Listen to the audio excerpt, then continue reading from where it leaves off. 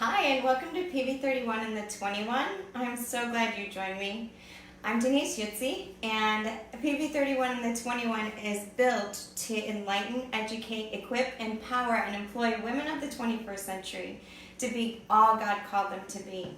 Now, I'm not sure if most of you know my story or why this is such a passion for me, but growing up, I wasn't really a homebody. I wasn't the tag at the tail of the apron kind of daughter. And so as I grew up, I didn't know how to cook. I wasn't really good at cleaning, and all those life skills I kind of had to gain as I went.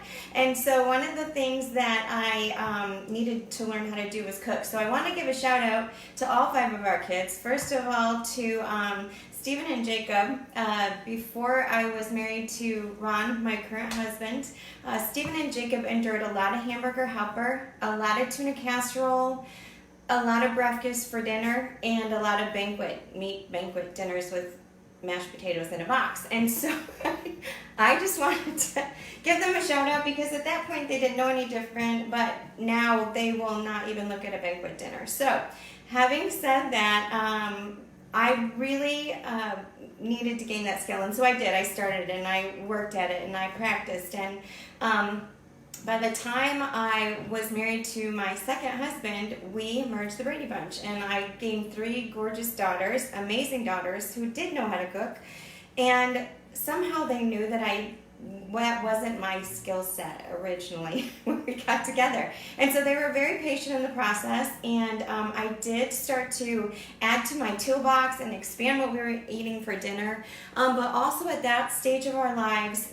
when we got married, they were 17 to 12 years old for all 5 of them. So Jamie, Rochelle, Lisa, Stephen, Jacob, 17 to 12, and I was a career mom. And so with that, it bothered me that I was not able to be there all the time. I didn't want to sacrifice the fact that I wasn't there to cook dinner, that I didn't have time. By the time I got home, it was way past dinner time. I wasn't satisfied with the idea that I was going to have to go through a drive-thru or order a pizza, and I didn't want to live in that world. I still had this yearn to take care of my family, which is really what the PV31 and the 21 is to say, how can you be this amazing woman in the 21st century? How can you be awesome at business and awesome at work and an awesome mom and an awesome wife and an awesome cook and a great delegator? And so in that was part of the passion behind this. And so tonight what I'm going to do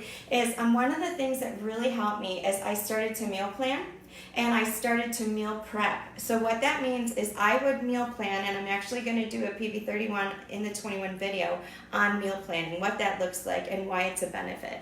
But I would meal plan, and then I would go shopping once for the week. I wouldn't have to run to the grocery store 100 times. I wouldn't have to keep picking stuff up or, oh, I forgot that. In the meal plan, I would identify what I needed for those meals for that week, and I would take care of it all at once. The next thing I would do is Saturday was my cook day. And it didn't take all day because I already knew what I was going to need. I had everything I needed because I had already gone shopping. And so what I would do is I would literally, and I still do this to this day, I would start to cook and I would lay out everything that we would have for the week. And we might get pizza once, right? But I would do bulk cooking and bulk cleanup so that it was done for the week. And then because I had teenagers, what I would do is I would take our meal plan and we would put it on the refrigerator, and they would know this is Monday, this is Tuesday, this is Wednesday. Now, you could move stuff around because it was already cooked and it was already there. But basically, these were the meals for the week. And one of my staple meals that the kids really loved was chicken parm. And so what I'm going to do tonight is just kind of walk you through what I did and how I do it and the benefit that it adds. And so first of all, I want to let you know that I did do some prep. I've already cooked the spaghetti because I do use that as a side, and I've already done a few pieces of the chicken. So basically what you're going to need for chicken Parmesan, and I like to use chicken tenderloins just because they're smaller, they cook faster. They're pretty much help with portion control. It's not like a big, huge chicken breast. They're into cutlets, and so it makes it easier to portion control. The other thing that you're going to need is you're going to need breadcrumbs. And these are Italian style. If you are keto friendly, obviously tomato sauce isn't the best thing you can eat, but if you are keto friendly and you just want to do the chicken, what you can do is use almond flour and then Italian seasoning to kind of season it up like the breadcrumbs would be, okay? The other thing that I added to the breadcrumbs, because these are kind of like the batter on the chicken, is I put some grated Parmesan cheese, because that's going to give it some of the Parmesan cheese flavor, and then ultimately I will add some regular Parmesan cheese on top, okay? Now, you are also going to need sauce. I've already kind of dumped this in a container, but you can use any kind of sauce you want. It really is your preference. It doesn't matter the type or style of sauce that you use, because it's really just the basis to kind of go around everything. So the first thing I'm going to do is I do have a pan. And I'll give you another tip really fast. If you want cleanup to be so much easier, you can do one of two things. You can get one of those pan liners that you would put inside this so the sauce doesn't stick. But the other thing that I do is I take a nonstick cooking spray and I would spray it inside the pan before I put the first layer of sauce in it. Because it causes it not to stick really super bad, which we all know is not fun when you're having to dig that off the sides of the pans. Okay, the next thing that I'm going to do is I'm going to take a little bit of my sauce and I'm going to actually lay that at the bottom of the pan. You're just going to kind of smooth it around like frosting in a good, like I would say, half-inch layer, so that the chicken has something to sit in when you put it in. Okay, we're going to swerve this around. And again, it's not really going to matter the kind of sauce. And this meal can actually be pretty inexpensive for the amount of food that you can get out of it. You can buy the bag of chicken, a couple cans of sauce, the eggs. Now, I didn't mention that you are going to need eggs. And so what you do is you just put them in a container big enough for the chicken to fit in, and you whip it. Okay, you just make it so that they're all almost like if you were making scrambled eggs. You just kind of put them in there. Now, like I said, I've already done a few pieces of chicken, and I'll show you what they're going to look like. So this is what it looks like before it goes in the pan. And I'm going to tell you, I double batter my chicken, and I'll tell you what that means in just a second as you'll see me do it with the ones that we have. Okay, so I'm going to get these three in so I can make room. Now, the next step is you're going to take the chicken, and this is going to be a huge, huge, huge tip, ladies. This chicken is frozen. That is something no one ever told me. I found out by mistake. But whether I am cooking it in the oven or on the stovetop or when I'm grilling it, if you will cook chicken frozen, it traps all the juice inside. And I know that sounds crazy. Every time I say that to people when they're here, they're like, it was frozen. It's like, it was frozen. And the other thing that I like about it is when you put it in there frozen, it sticks. It almost like freezes the egg right on there, so that when you stick it in the breadcrumbs, it's going to actually cause it to kind of like freeze right onto it. Now, like I said, if you do just one layer of breadcrumbs, it's pretty skimpy. It falls off and it doesn't give you kind of like that yummy batter, almost if you were doing like a fish fry when you dunked it in the stuff. So again, once I do the first layer, I'm going to stick it in here. I just use my fingers to spin it around. Get the egg batter on it again. And then one more douse of the breadcrumbs. And into the pan, onto the sauce. Okay? We'll do a couple more. Now, just an idea for some other meals that I did that really helped and the kids really liked is I would do a huge batch of taco meat and would have all the fixings for tacos. So basically you would get the salsa and the sour cream and everything that they like. But that was another staple dinner at our house, and it was kind of nice because you almost always had leftovers where if somebody just felt like having a little something, they could grab it out of the fridge. But the other thing that was awesome was by the end of the week, when you do meal prep like this, the cool thing is by the end of the week, you have a lot of leftovers. So every Sunday at our house, we'd come home from church, and every Sunday at our house would be a smorgasbord of leftovers.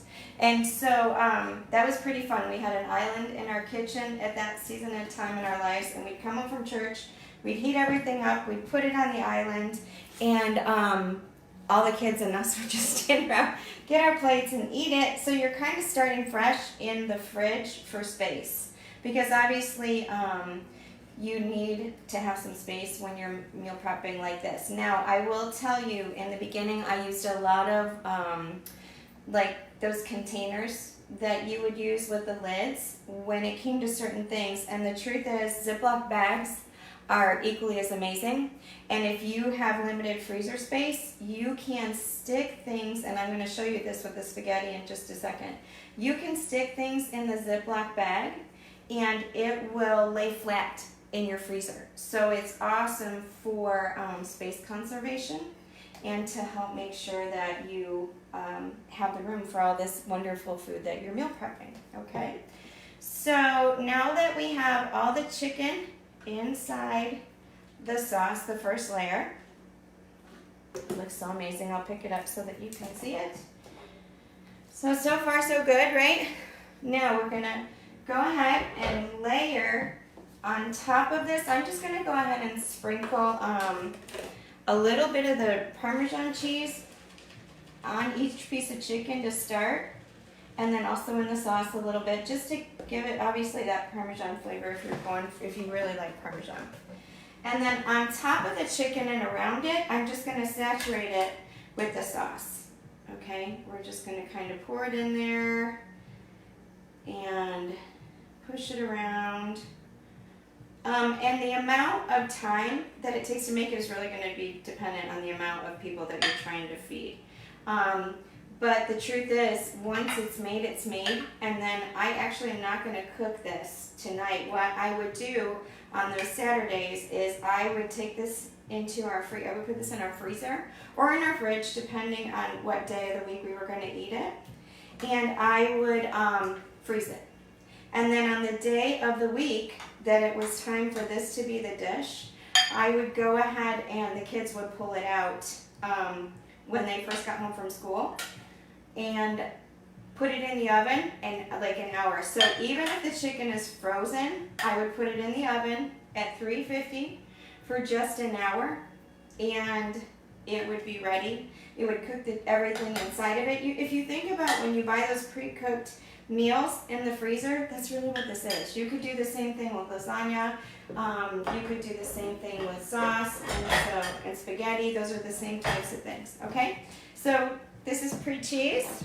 We're all good. That looks delicious. Okay. And then I'm going to go ahead and sprinkle the rest of the Parmesan onto it. Now, I will tell you that like I said, I put that grated cheese inside the breadcrumbs, so if you want a little bit more of that cheesy flavor, you can have it. Now, at our house, I don't know about your house, but at our house, our family really liked cheese, and so the other thing that I do is I'll take a little bit extra, I'll put some mozzarella, and sprinkle it over, just because my family likes it like that. So you can do the same thing, pre-cooked meal. If you like goulash, if you like anything like that, that was another thing. You could do lasagna that you just pre-do and freeze. If you really don't have the time to do all this, you could just do meatballs. Do your spaghetti and get those pre-cooked meatballs and the sauce, and you'd be good to go, and that's another meal. Like I said, the benefit with meatballs, and I love them because you can get that big huge bag for not less than $10, and the weeks we would do spaghetti and meatballs, we would also do meatball subs, meatball sandwiches, and so it's just being practical. So again, this is what it looks like, chicken parm. I'm going to set this off to the side because I want to talk to you about some sides really quick. So obviously what I would put if I was buying food, again, everything is already pre-purchased by Saturday, ready for that dinner. So on the meal planner, they would know chicken parm is the main course, and then we would have salad and probably garlic bread as the side, along with the spaghetti, if that's what they wanted. Now, I'm going to show you a trick because spaghetti, obviously, you can see when it gets hot and sticky, it's hard to get apart. If you've never seen this trick, one of the things that I do almost as soon as I pull it out of the sink and I cool it down a little is I will take this cooking spray and I will just pull it apart like this. And the benefit of this is that when you freeze it and then you pull it back out of the freezer like this, it comes right apart. You can stick this in the microwave, you can stick the bag in boiling water and it will go ahead and come right out. But this is, like I said, one of the things that I would do ahead of time. And so what you can do is you can literally take this out and stick it in a Ziploc baggie.